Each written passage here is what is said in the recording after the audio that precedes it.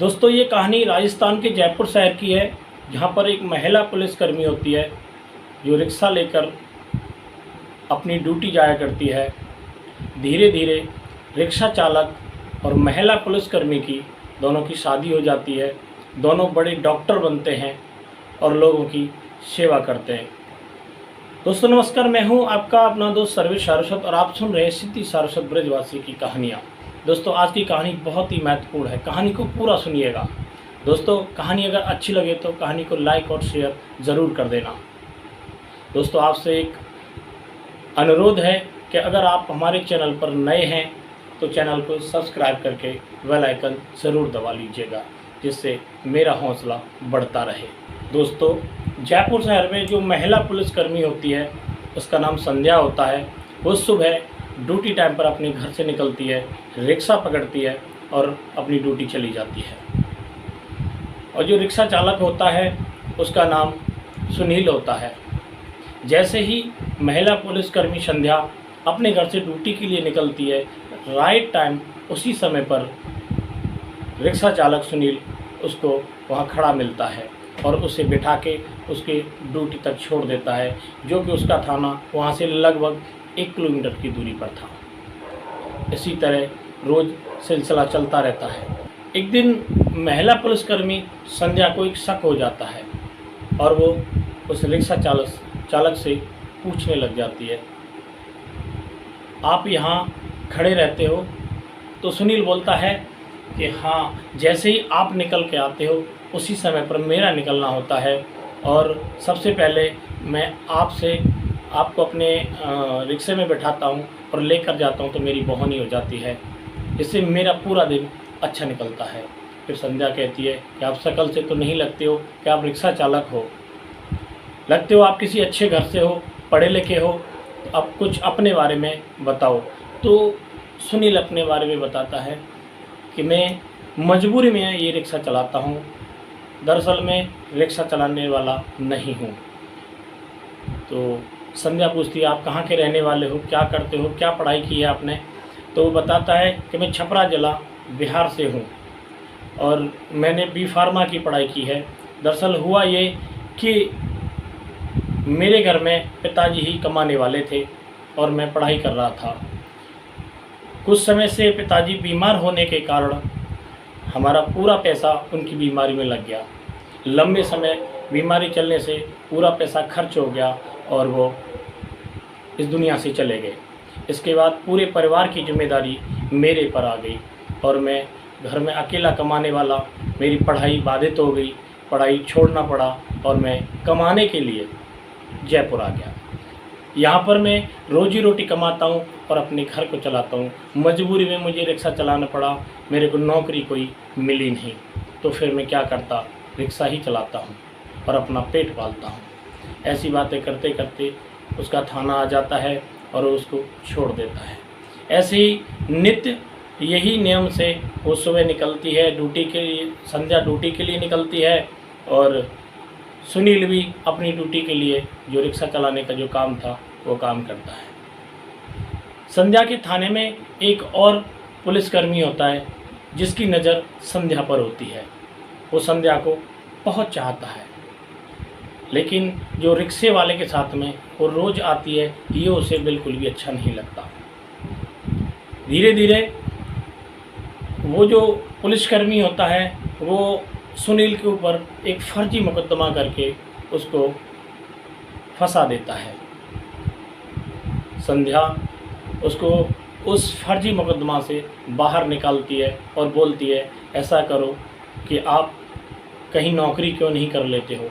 तो सुनील बोलता है कि नौकरी कहाँ करें, कोई भी नौकरी मुझे नहीं मिलती है, तो मुझे इसलिए ये रिक्शा चलाना पड़ता है। संध्या बोलती है कोई बात नहीं, आपकी नौकरी मैं लगवाती हूँ। अगर मैं आपकी किसी हॉस्पिटल में नौकरी लगवा दूँ तो क्या आप कर लोगे? उस पर सुनील बोलता है हाँ कर लूँगा।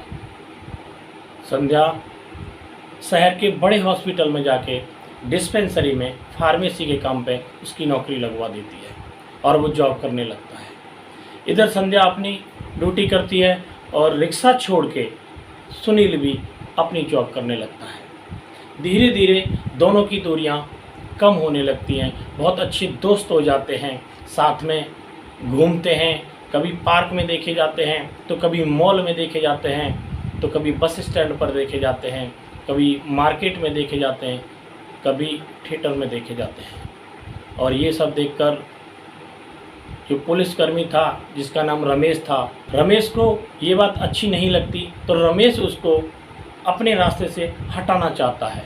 जिस हॉस्पिटल में सुनील काम करता है उस हॉस्पिटल के स्टाफ को कुछ घूस देके उसे चोरी के इल्ज़ाम में फंसा देता है और उसकी नौकरी चली जाती है। इस बार जो महिला पुलिसकर्मी होती है संध्या, वो भी उसको गलत समझने लगती है और उसे घृणा करने लगती है। इधर सुनील भी बहुत दुखी हो जाता है और दुखी होने के बाद वो अपने पुराने काम पर लौट आता है, अपने दोस्तों से मिलता है, सारी बातें बयान करता है, सब बता देता है और फिर से वो अपना रिक्शा चलाने लगता है। धीरे धीरे समय गुजरता गया।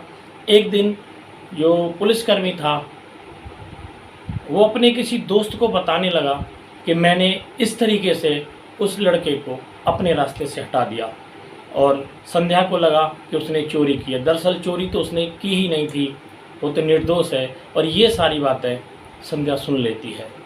संध्या को बहुत दुख होता है कि मैंने एक सच्चे इंसान पर जो बेकसूर है उस पर मैंने भरोसा नहीं किया, मैंने भी उसे गलत समझ लिया। और ये बात सुनकर उसका प्रेम और बढ़ जाता है। अब संध्या ड्यूटी से अपने घर पहुंचती है। घर जाके उसे रात भर नींद नहीं आती और वो कॉपी और कलम उठाती है और जिस दिन से वो मिले थे उस दिन से आज तक का पूरा हिसाब लिखने लग जाती है। लिखते लिखते एक नहीं, दो नहीं, चार नहीं, 6 पेज का पूरा एक लेटर लिख देती है। और लिखने के बाद सुबह होते ही वो सुनील से मिलने के लिए चल पड़ती है। सुनील के पास पहुंचती है, सुनील को देखती है तो सुनील के सिर में चोट लगी हुई होती है। सुनील के सिर की चोट को देखकर संध्या पूछती है, सुनील आपके ये चोट कैसे लगी, ये पट्टी क्यों बंधी हुई है?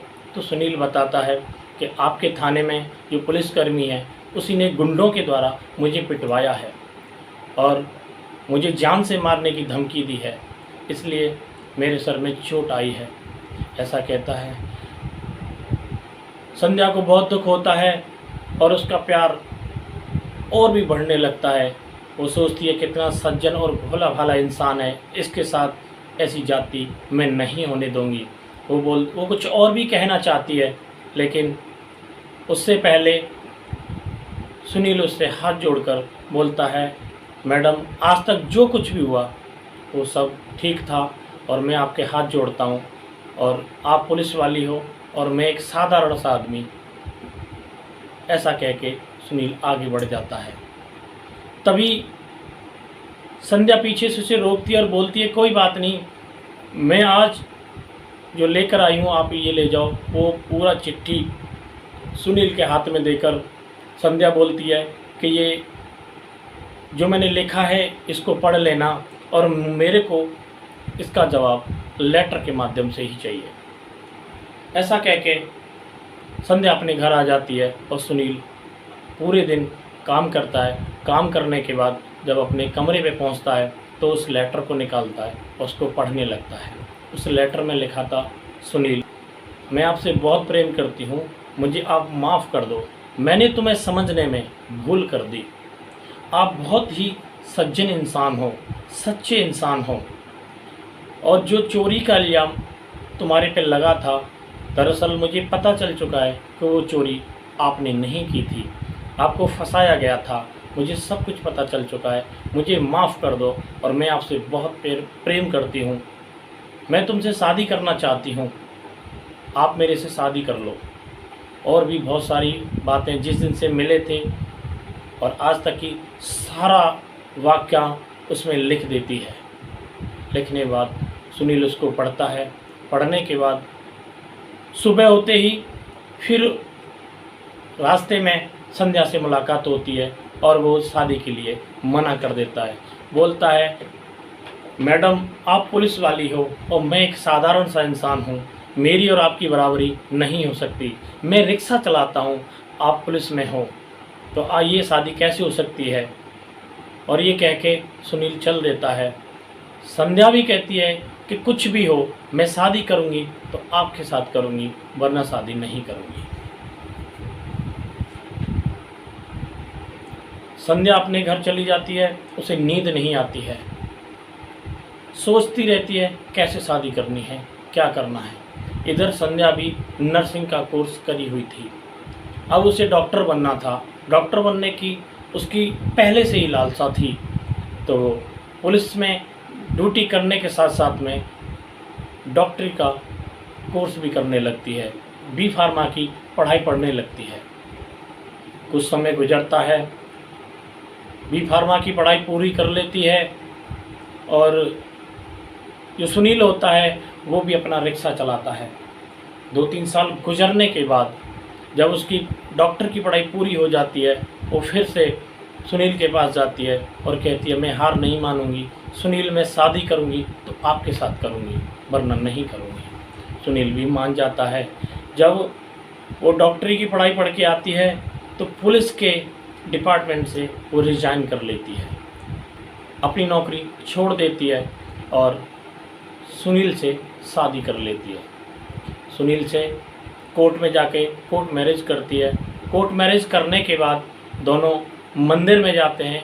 मंदिर में आने के बाद दोनों एक ब्राह्मण को बुला के विधि विधान से दोनों शादी कर लेते हैं। जब ये बात संध्या के घर वालों को पता चलती है कि संध्या ने एक रिक्शा चलाने वाले से शादी कर ली, तो उनको बहुत बुरा लगता है और वो संध्या को बुलाकर बहुत लताड़ करते हैं, डांटते हैं, फटकारते हैं कि तूने ये क्या किया, तूने तो हमारे मुंह दिखाने लायक हमें नहीं छोड़ा, हमारी नाक काट दी, पूरे ख़ानदान की नाक काट दी, और तूने इतनी पढ़ाई लिखाई करने के बाद, जॉब करने के बाद तूने एक रिक्शे वाले से शादी कर ली। तो संध्या कहती है कि नहीं पापा, मैं उससे बहुत प्रेम करती हूँ। सुनील एक बहुत अच्छा लड़का है, पढ़ा लिखा है, सुंदर है, सब कुछ ठीक है। एक किसी मजबूरी की वजह से वो रिक्शा चलाता है, वरना वो रिक्शे वाला नहीं है, वो एक डॉक्टर है। इसलिए मैंने पुलिस की नौकरी छोड़ी है और मैंने डॉक्टरी की तैयारी करी है। लेकिन उसके घर वाले नहीं मानते हैं और उसे घर से बाहर निकालने के लिए बोल देते हैं, हमारा और तेरा कोई रिश्ता नहीं है, तूने हमें कहीं का नहीं छोड़ा। अब सुनील और संध्या दोनों वहाँ से कहीं दूसरे शहर में जाने का प्लान बनाते हैं। संध्या बोलती है सुनील, अब यहाँ से हमें कहीं दूसरे शहर जाना चाहिए। सुनील संध्या को लेकर अपने गांव छपरा ज़िले में आ जाता है और वहाँ आकर अपनी जो ज़मीन थी उसको गिरवी रख देता है।